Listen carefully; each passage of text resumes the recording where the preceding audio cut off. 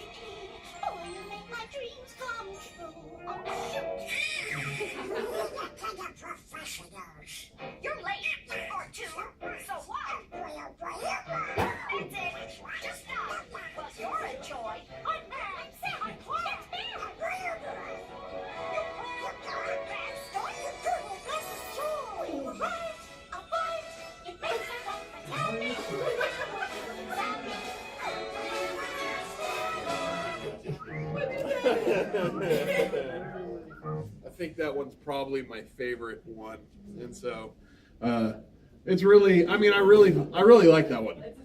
And so, so let me ask you, whose relationship was dysfunctional in that one? Yes. Both. Yeah. Did you want to know the name of the song, which I thought was pretty interesting? Smile Through Your Pain. And so that's the name of the song, and I was like, that's brilliant. That's brilliant. Even under the works, they're still saying, like, that's what as long as you put on a smile, everything will be okay, and so.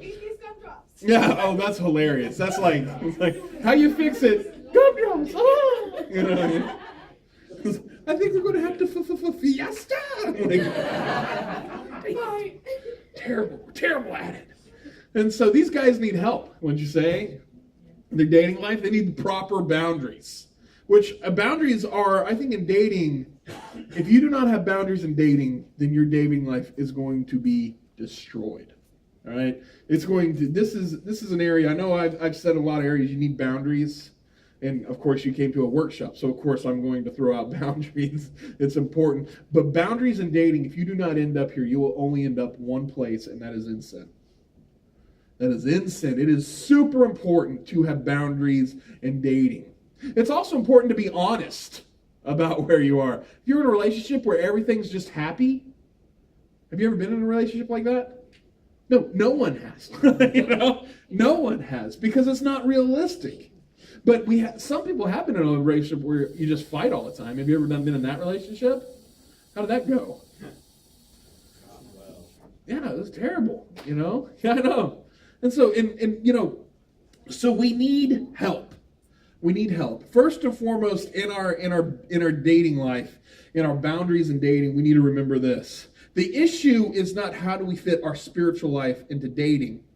Rather, it's how do we fit our dating life into our spirit life. That's what the issue is. It's not, hey, when do I work in that I'm a Christian? No, you are always a Christian. You are always a disciple of Christ, no matter what. Instead of praying for a particular person, and then if you're single right now and you're asking, God, I want that person to be in my life. I want to do this. God, instead of praying for that particular person, instead, what we need to be praying is that God transform us in his image. Because here's the long door thing is in life. Dating and being with someone means nothing compared to the richness and the glory of what Jesus has to offer. That's why Paul didn't need a mate. Because he had Jesus. He was fulfilled. He was fulfilled. And so, and I know people looking at that and saying that, people are like, I can't imagine life like that. These guys can, and they did. And it's pretty impressive to me that they could do that. And so instead of praying for a particular person, pray that God transforms you into his image. Then when you find someone else who's being transformed in God's image, maybe y'all can run the race together. And that's when a relationship looks fantastic in Christ. I draw a little thing, and I meant to have it right here, but I don't. I draw a triangle up on the board. And I put God at the very top of the triangle, and I put you at this end and you at this end. Or, and the person who I'm talking to. And I said, have you ever noticed what happens when you get closer to God? And I put, they start both getting closer to God. What happens to each other? They get closer. They get closer. But if one person gets closer to God and another person doesn't, they don't get closer. And if they try to get closer to each other and not closer to God, they're never going to know what it's like to truly fly. They just know what it's like to live life. That's it. Just get by. And so, and truthfully, you don't really, no matter how much you dig that tunnel and you try to get closer, you never will. You never will. You can't see where you're going because that's a poor substitute for what the riches that God truly has. So there's a lot of books out there on dating. There is a lot out there. The one that was really popular when I was growing up, sorry, I meant to. One thing that we need to do is we need help. We need help in our community. We need help with Scripture, and not to date, but be transformed in the image of Christ. I know I said that, but that was a PowerPoint, so I felt like I need to say it again. So there are 7 misconceptions of dating. This comes from the book I Kiss Dating Goodbye, which I do not agree with Joshua Harris's book. I do not agree with it. And we're going to pick apart some of the things that why some of it doesn't work, because that's what the church has really adopted, is that this is how you date. And I just don't think this is how you date. I don't think that he had it right. But see if you've heard some of these things. Dating misconceptions. Josh says in his book that dating leads to intimacy, but not commitment. That's what he says dating leads to. He says that dating tends to skip the friendship stage. Another thing that he says is dating often mistakes physical relationship for love. Dating often isolates couple from other vital relationships. The 5th thing of it is dating distracts young people from their primary responsibilities of preparing for the future. Dating can cause discontentment with God's gift of singleness. And dating creates an artificial for evaluating another person's character. The problem with most of these things, what's that? Oh, the problem with most of these things is I just don't agree with most of them. I mean, dating can lead to intimacy. Who says intimacy has to be sex? You can be intimate with another person. You can. And it can also teach you what commitment looks like. Dating tends to skip the friendship stage. That's not true. So there's some things, but the church really buys into this. They really think that dating skips the friendship stage, so therefore we won't date. The problem with that is it's unrealistic. And so what I want to do in this class is take these unrealistic expectations and let's put some realistic expectations to them. What does it look like? I don't think dating can distract you from your primary responsibility from the future. I don't think you can. I think you can truly enjoy God's gift of singleness and date other people. I think you can. And God creates an artificial for evaluating another person's character. Cloud Townsend had a lot to say about his book, and it wasn't very good. What they say that dating allows you, this is what Cloud and Townsend say that dating will allow you to do. Dating gives you an opportunity to learn about themselves, others, and relationships in a safe context. That's what it allows you to do. This allows us to discover what we want in a spouse, what we want in ourselves. It allows us to identify areas that we need to personally grow in, and what areas are we willing to put up with in another person. That's what dating allows us to do. Dating allows you to, I don't know what Kelsey was thinking, but it allowed me to really decide what I wanted in a wife. And when I met Kelsey, she was attracted to a man that was extremely flawed, but just loved Jesus. And that's what was important to her, is that he loved Jesus. The trait that she was longing for was a man who followed Jesus. That's what she wanted. She had no looks, so I was in, And so she learned that, she actually learned that looks didn't matter to her, money didn't matter. The things that mattered was a heart for God. That's what mattered. And luckily, I fit that. Because if she wanted a whole bunch of money, guess what? I didn't have that. Kelsey was really interesting in our dating life because she knew exactly what she wanted, and Kelsey was like the first healthy relationship I ever had.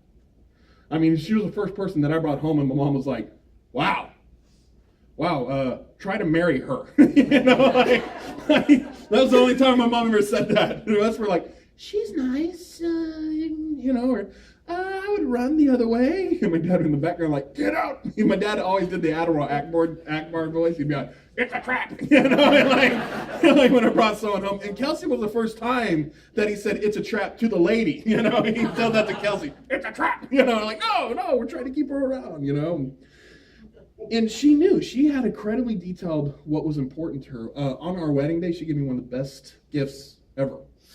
She wrote out, I'm going to get through it. She wrote out a journal, and in this journal, it was prayers that she's been praying for me for years. We only known each other for a year. And the part that really stung on my end, and I wish someone would have talked to me about dating, is that I remember where I was and who I was with some of those days she was praying for me. And I was like, man. And I mean, I was just broken up. It was one of the best gifts I've ever gotten. In the bottom, it said, I know you've had a past, and I have too, but I just want you to know I was praying for you in your darkest moments. It meant so much to me. And the reason why it meant so much to me is because obviously someone was thinking about me. Kelsey knew what she wanted, and she knew what was important with her, and she knew the boundaries that she was willing not to sacrifice. And she didn't. And so I'm super proud of her for that because I married her. And so, hey, look at that. So 7 things that dating allows us to do is, first, it learns about others, but we learn about ourselves. What we're willing to put up with and what we're willing not to put up with. The second thing that it does is dating provides a context to work through your issues. This allows us to discover and confront things in our lives that we didn't know. You know, you can actually look inside yourself and go, why am I attracted to that bad guy or bad girl mentality? Why am I attracted to things that I know that will fail? Could it be that I think this is how I should be treated? And am I longing to fix something? Am I in the need? And I'm just trying to be their savior? What am I trying to prove by changing this person? Am I self-sabotaging? Those are proper examinations you can ask yourself when you're dating. And looking at it and going, it provides a context to work through some of these issues. You know, I get put into issues where, you know, if you're looking at it, you go, I always get put into issues when I'm dating where I go too far in a relationship. Well, okay, you can ask this. Why do I long for sin? Why do I long to push that envelope? Why do I think God is lying when he tells me the joys of purity? Why do I think God's lying about that?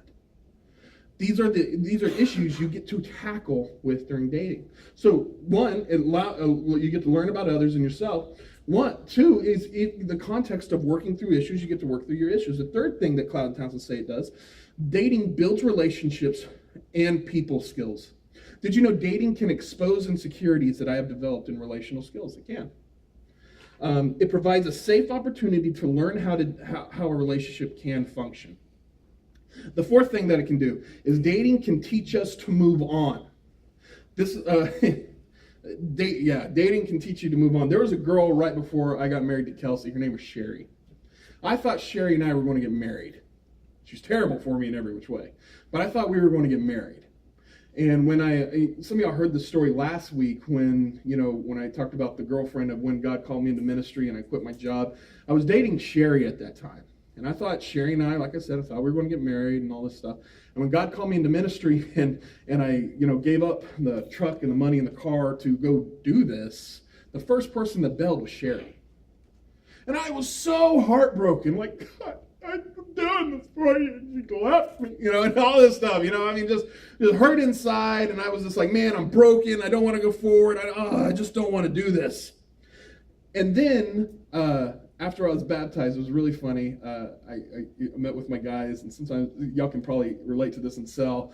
I met with my guys in cell. I was like, guys, I don't want to date anybody. I'm good. I just want to work on my relationship with God. I want to get closer to God. I want to truly, truly just get to know God in every which way. And my guy was like, yeah, we'll keep you accountable. We love you, man. And the next day I met Kelsey. And I came back and was like, whatever I said, just forget it. Like forget it in every which way.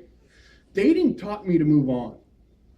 Dating Kelsey taught me to move on from those past destructive things in my life. And not only move on from past relationships that were gone, but it taught me the past things that I've done in my life, I can move on. And God has good gifts for me and I can move forward. There's nothing wrong with that. So dating can teach us to move on. Fifth thing is dating is relational, and that has value in itself. It's a value to talk to people. The sixth thing is dating allows you to learn what you like and dislike about the opposite sex. That's okay. Dating gives us context to learn sexual purity and self-control and the joy that it can bring. So those are the 7 things that dating can do. And it's pretty impressive. And I like what Cloud and Townsend had to say on that. So I have, Cloud and Townsend, when we talked about it, have 8 principles of dating. So if you're in the dating world right now, these are some things that will help you. And they said in their whole book, they broke it down to 8 things that they look for when they're dating another person. And usually when they're what they're looking for in themselves. Of what they're looking for, what they're willing to put up with, and what they're not willing to put up with. And they say these are some things to look at it and go, I'm going to draw a strong boundary over this. So let's jump into those real quick. First thing, on 10 principles or 8 principles that lead to transformational dating. Stop looking for the one. Jesus is the best thing that ever happened to you. That's it. You already found the one. A significant other makes a poor Jesus. They do. John 14:6 says this, I am the way, the truth, and the life, and no one comes to the Father except through me. Kelsey is a terrible God. She is. She's a terrible God. She cannot sustain me and keep me away from sin. Only Jesus can do that. And true fulfillment in dating, marriage, and anything else means that I anchor my life on meaning, which is only found in Christ. So if you're looking for the one, it's a myth. It's a myth. It's the biggest myth I could ever tell you. Do you really think in the 4 billion of people that God made, I've heard this someone say, oh, when you were born, God had Kelsey in mind. Really? Really? Of the 4 billion people in the world?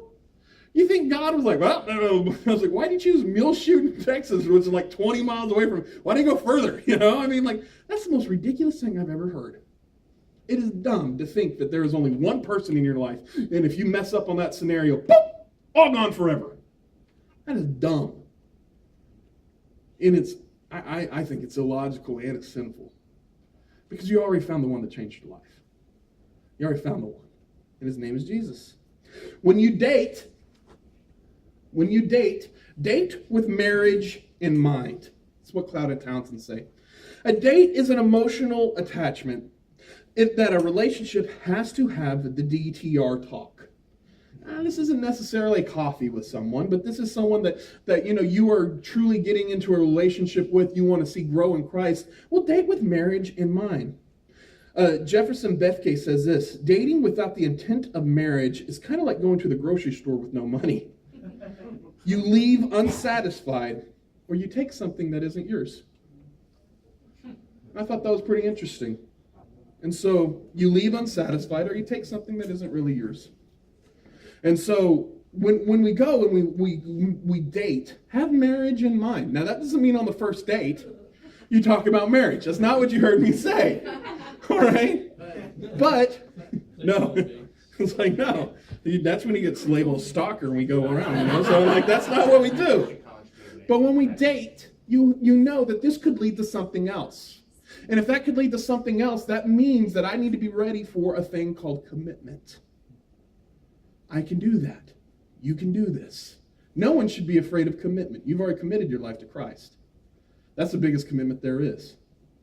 So therefore, when someone I love like, I'm afraid of commitment. Okay, you're telling that to a boundary guy. Then choose not to be that way. You can choose not to be that way. I have issues that I need to work out. Then you need to work through those issues. People who say they have that commitment issues, what they mean is, I'm happy where I am, don't change me. And that's where the problem lies. We all need to be changed. So date with marriage in mind. The third thing is don't missionary date. That's very, very important. Missionary dating usually ends in the position. It does. You want to know why? I'll tell you why. Men, you have a beautiful woman that wants to sleep with you. Done deal, all right? Girls, you have a guy that's interested in you. And guess what? One day he will wear you down.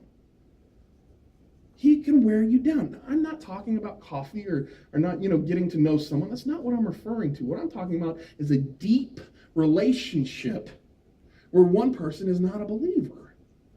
And you're looking for marriage with mine. I don't think that's if you're dating with marriage in mind, you do not want to be married to a non-believer. 2 Corinthians 2:14 says, don't be yoked together with an unbeliever.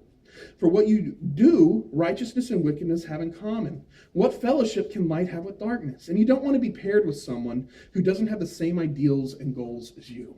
You don't. And if you're being transformed into the image of Christ, what are they being transformed into the image of? Now, does this mean you can't reach out?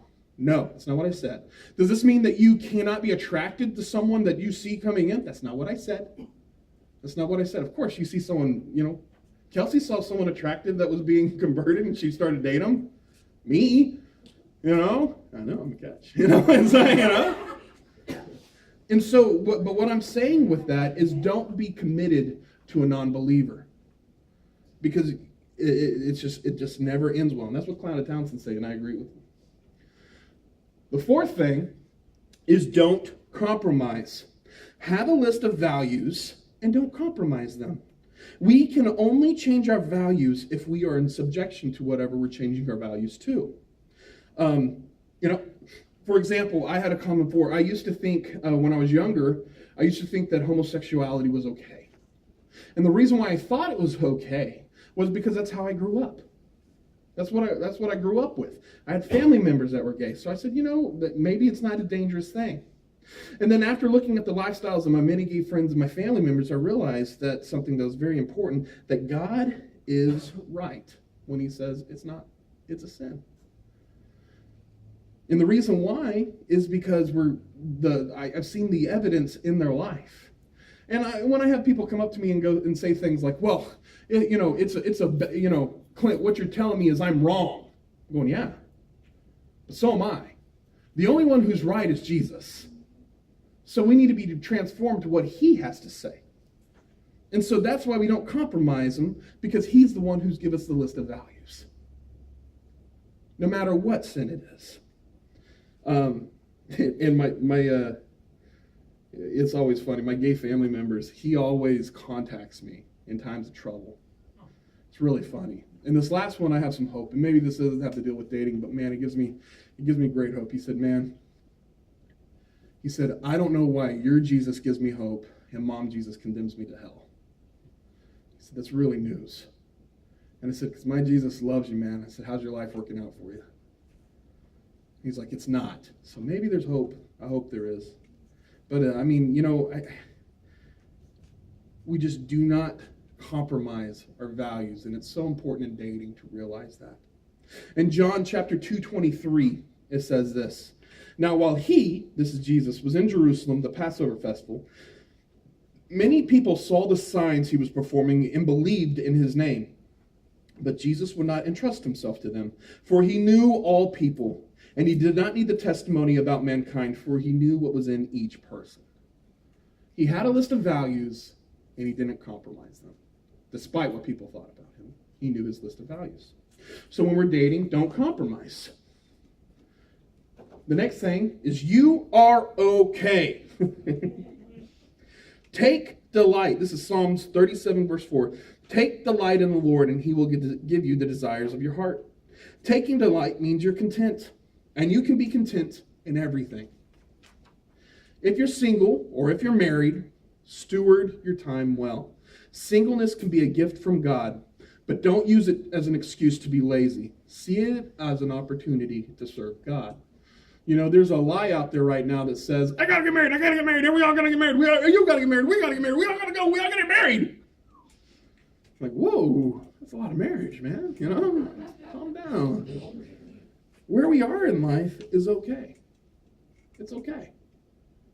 It's okay to enjoy being single. There's nothing wrong with it.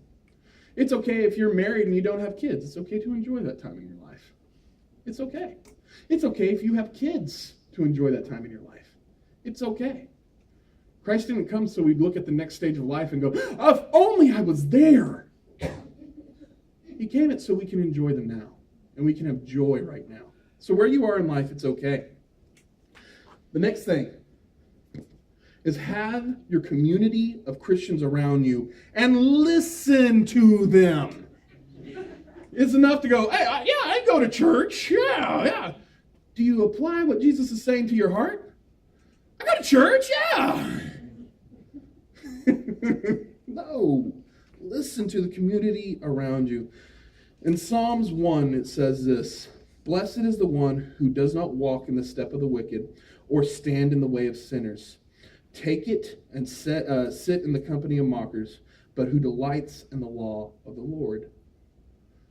Enjoy the community you have around you and listen to them. Single and dating people should have a community of people around them for all walks of various life. Churches right now are, this is the part that really frustrates. Churches right now are segregated and labeled into age group and classes, robbing people of rich community that they can experience with one another. We do it here, and it drives me insane. And we're trying to actually break it up, which I'm really excited about. But we used to call it, we have the older class that meets here, and then we have the young class that meets upstairs, and then we have the college group that meets at... No. What I really want to see is I want to see groups of people just teaching the same thing. And that doesn't mean all the same curriculum or anything like that, but teaching the mission of Christ. That's right. Because here's the thing, I need people that are older than me to look up to that are doing the will of the Father. And there's a generation younger than you that needs to know how to do the will of the Father. And guess who they're looking at? You guys. And you know the youth in our generation are looking at who to date? No. And how you're doing it. How do we do it? How do we go about doing this? And I know you want to be like Eminem, like, I ain't nobody's role model. Well, guess what? You are. You live in a world. Someone looks up to you. Someone looks at you. Y'all know who Eminem is, or is that an old reference? Okay, yeah. Y'all know the real Slim Shady? I'm just asking, okay? So have a community and listen to them. And this is one of the most important things. Pursue purity. The greatest gift you can have for your future spouse is a pure mind, a pure heart, and a pure soul. Don't ever date someone who doesn't honor purity with you. It's very important. Don't ever date someone that doesn't honor purity with you. It says in Matthew 5:8, Jesus says this, blessed are the pure in heart, for they shall see God. Value purity. It is one of the most important weapons in this world that doesn't value purity. Because purity can lead to joy and amazingness, and it's incredible what it can lead to. In 1 Corinthians chapter 6, verse 18, it says this, flee from sexual immorality. For every sin a person commits outside the body, but the sexually immoral sins against his own body. And so what's that meaning is that the sins that you do isn't just against another person. There's sins that sexually immoral sins are sins actually against you. And what you're robbing right there is you're robbing yourself and you're robbing your future spouse of joy-filled sex later. Because we didn't value purity in the moment. And so if you do not value purity, guess what? I got good news. Jesus commands us and says things like repent, and you can start valuing purity right now. And it's a beautiful thing. It doesn't cheapen it at all. Before I met Kelsey, I was not a virgin. I was a very promiscuous person in every which way. And I can tell you this, that God has granted that purity when we said that we were going to be pure and that we were going to strive for holiness. God has honored that. And have we had our issues? Yeah, we've had our issues. But it's been beautiful the way to see that God has put back the pieces in our lives together and made purity this amazing thing that's led to joy. And so Cloud and Townsend say, pursue it, honor it, run for it. The last one is date with realistic expectations. Yes, what a great one. Don't date if you're dependent on someone that only God can provide. Right? Don't be dependent on someone for things only God can provide. All right? Codependent dating leads to codependent marriages. And codependent marriages eventually crumbles because the weight is too heavy. What you're doing is you're building your whole house on sand. And when you build your house on sand, what does Jesus say what will happen? When the rain comes, it'll wash away. And so don't date someone and be dependent on someone that only God can provide. If you're dating someone and you're saying, they keep me holy, It's been some real things. I've really had that conversation with people. You know, I'm dating this someone because they make me be a better believer. Those are some red flags right there. Why don't you just want to be a better believer? You know, why can't what is Jesus not good enough to provide those things? So therefore, you got to go to another person. And guys, I've done some weird counseling.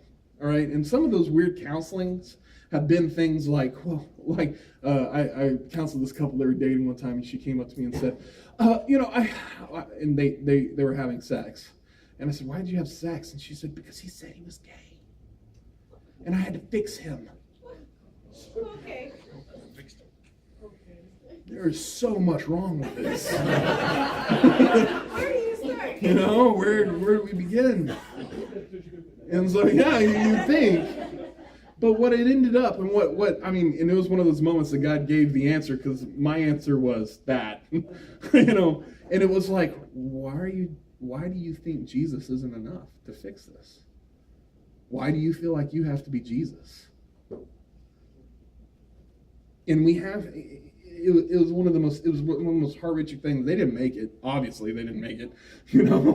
And what was funny is we found out that the guy was just saying this so he could sleep with her. It's like, yeah. Guys, you gotta have boundaries and purity, because here's the thing: there are wolves out there that will eat you up. And if you do not have fences in place to keep them out, they don't get to the lambs in your field and the things that you cherish and go, oh, that's cute. I'm going to take care of those things for you. They will devour them until they're dead, and then they're gone, and then they're going to move to a new fence area that has proper boundaries. That's what they're going to do. Can they be changed? Yep. But you're not the one who changes them. Jesus is. And that's very important to understand. Sometimes it requires and I've seen this in dating relationships, and I agree with it 110%. When girls are like, I need to get out of the way, and I need to introduce them to the guys in our group. What? A smart move? You care about his soul? There may be hope for you guys after all, And so pursue God, pursue purity. God is the only one who can provide things like joy, peace, and purpose. And when we start acting that way, that's when we become truly powerful in our dating life. Truly powerful when we start relying and surrendering to Christ. So we're going to have just a little, like a 5-10 minute question thing about dating. And we'll do it specifically on dating, because do y'all have any questions about dating? And we'll add the panel back here as well, But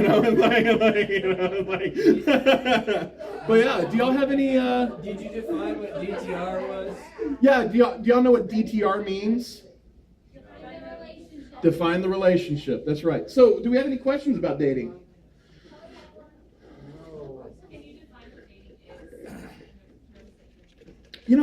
No, I can't, because it's different for everyone. I think that dating, some people define dating as going out for like some coffee. I don't necessarily define that as dating. I think dating is, some people would go, well, dating is where you have after 3 dates. I don't know if I can say it like that. I don't know if I can put a number on how many times you go together before you can start defining.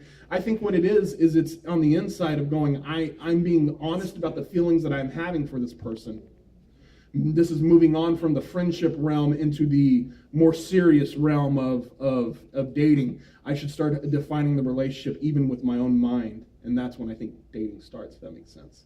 I think it changes forever. Because I know people that have been together for 2-3 years and didn't even find each other attractive that ended up dating and getting married. Oh, that happened, y'all? Didn't know. So, hey, 5 dating? No, 5 years. Hey, you should write a book about getting out of the friend zone. So,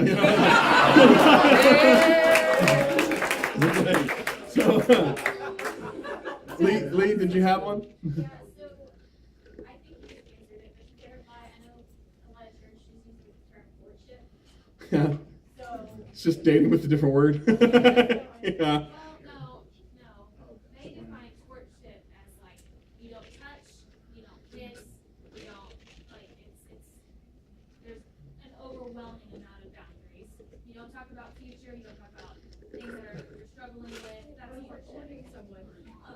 I didn't. I have obviously. I've always called courting just another way of saying dating. But this sounds like prison. What you're talking about. Like,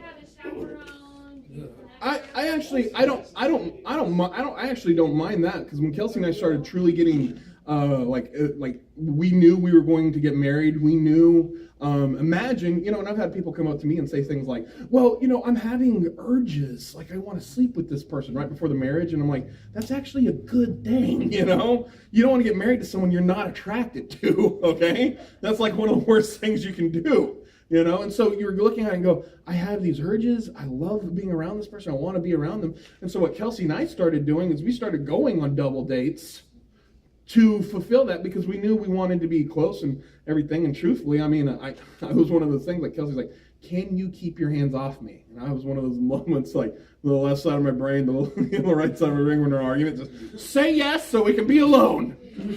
No, I can't. And so I put up boundaries to where we wouldn't fall into sexual sin. And part of those boundaries was being with people. Yep. I think Kelly's question is good, because, for example, my definition of dating, back in my day, a long time ago, when I had yards to the highway, I wouldn't have agreed with hardly any of those that you put up there, because of what our definition of dating was. What's your definition of dating? Our definition of dating, I would be dating 1, 2, 3, 4 people at a time. That was just going out. I was attracted to that girl, we went out on a date. I was attracted to that girl, we went out on a date. But at some point, when I found one that I began to realize, okay, I think I want to get serious with this one, then we did something we called going steady. That meant I was not dating anyone else. Yeah, I think the newer generation. That definition, the steady part, I would agree with all those things. Okay, now. I think the common definition, what you're calling steady, is what the world would call dating now. And that's the problem with it, they skipped a step. So yeah, but what you're talking about, the dating, seeing other people, I would actually call that hanging out. And so I think it still happens. No, but but that's what that's what I would define that as. But I think that's a true thing too, is that we have an older generation looking at it and going, circling now. It's a date. There's not other a date things. So. It's just a date. Yeah, it's a date, not a date.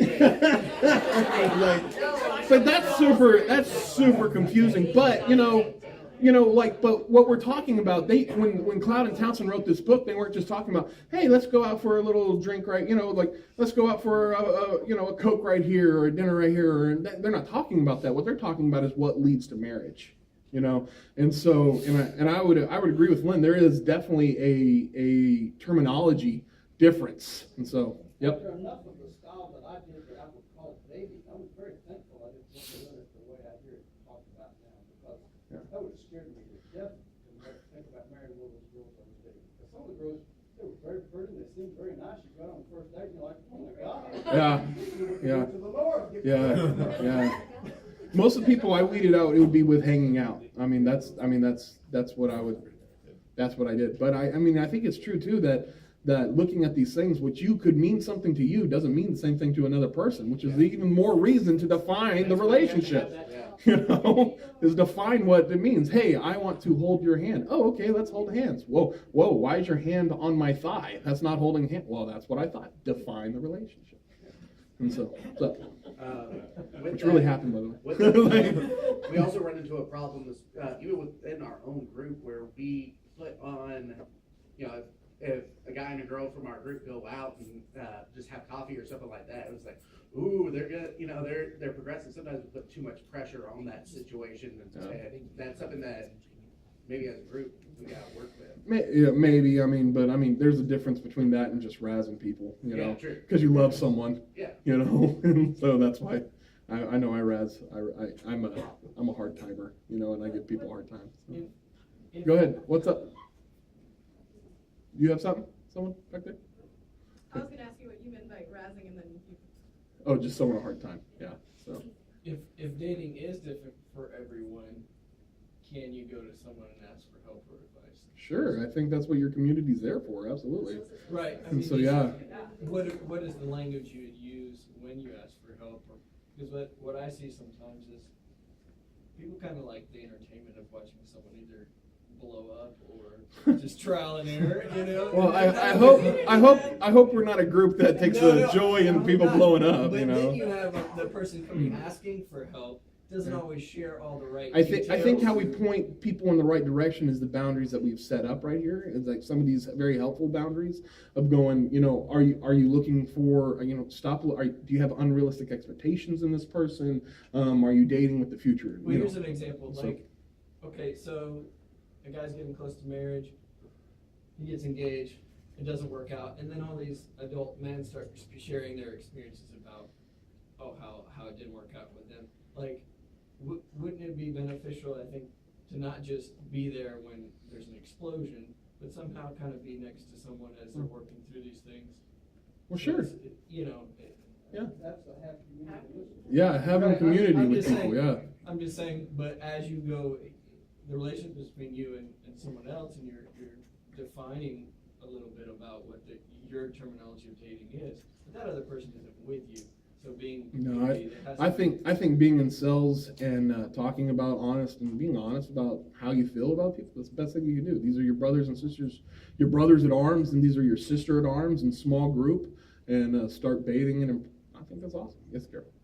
Well, I think some of this process falls inside that date with marriage in mind, because if you are doing that, you're not dating with the idea of marriage in mind.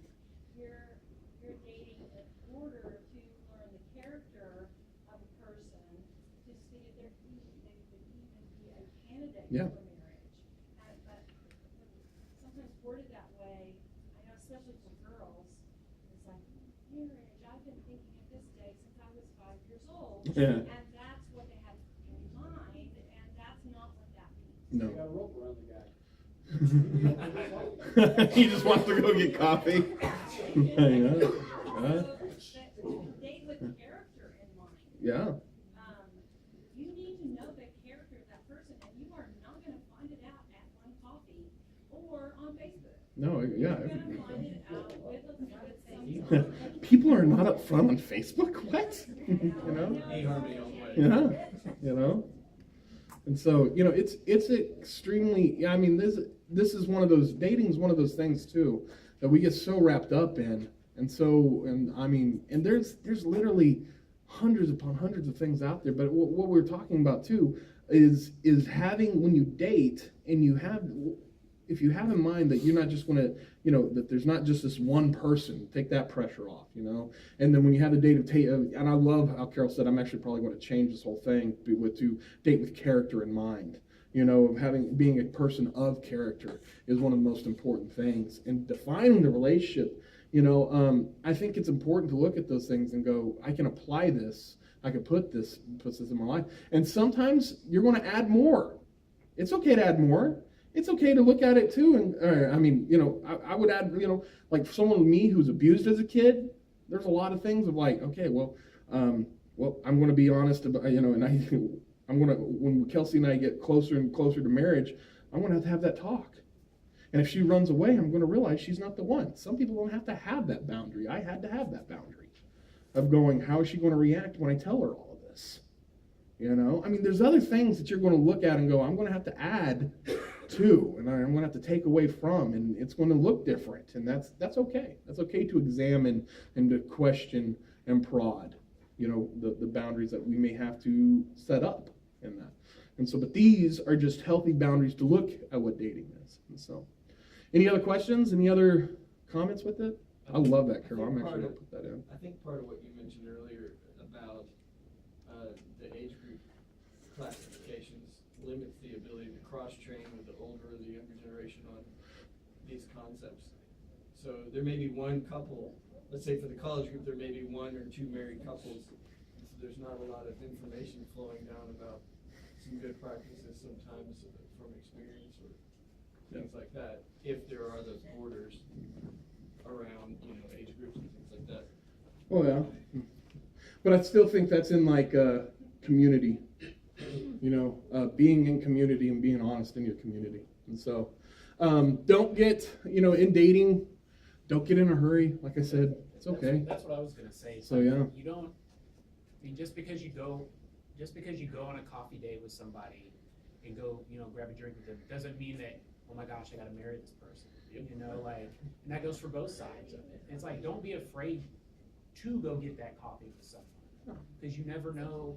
If nothing else, you get to know that person better. There's so much on this coffee. A lot riding on this cup. If nothing else comes from it, you get to know that person That's better. right. That's You right. get to know, That's right. you get to get closer to them. And that doesn't mean that it has to lead further down the line, but you learn from that and they learn from that. And, I think that's a big thing. It's like, don't be afraid to take those steps and do something like that. Mm-hmm. Because if you don't, you'll never learn. So, all right. Any other questions, comments? I was just gonna say. Yes, ma'am. I feel like, maybe this is wrong, but I feel like boundaries change throughout the relationship. And I'm not saying that it's like right and wrong change, but as your relationship changes, you have to keep setting boundaries. Sure. You have to keep talking about them. Yeah. I feel that conversation is like the most essential part Mm-hmm. of the relationship. Sure, absolutely. I think that's a very important point, that keep examining those boundaries. But that's just not with dating too, and work and families and friends, and you don't ever just set up a boundary like, we're good, Well, right, You always have to examine it and test it. and And that's a so, good point, because I had certain boundaries with my family, but then once you do get married, then you have to set new boundaries. with That's right. your family. And I had a hard time with that in some Yeah. instances. So it's true. It's true. And that's why also what community does for that is it gives you a safe place to question, to verify, to ask those questions of going, am I just crazy or is this a real thing? And go, no, yeah, you're just crazy and it's a real thing. I mean, it gives them the thing to do both, And so, but that's what the beautiful part about what a church is and what a church does. It's not just this thing that meets on a Sunday morning and you go, all right, met her for an hour, get out of here. But it's a community of people living life together where you can ask questions about how to date, how to be in community with one another, how to heal from past wounds, how to grow and how to go. It's a wonderful thing. So, all right, we're going to take a little break. Let's come back in about 5 minutes, and then we'll do our very last session. Thank you. Yay! Nothing like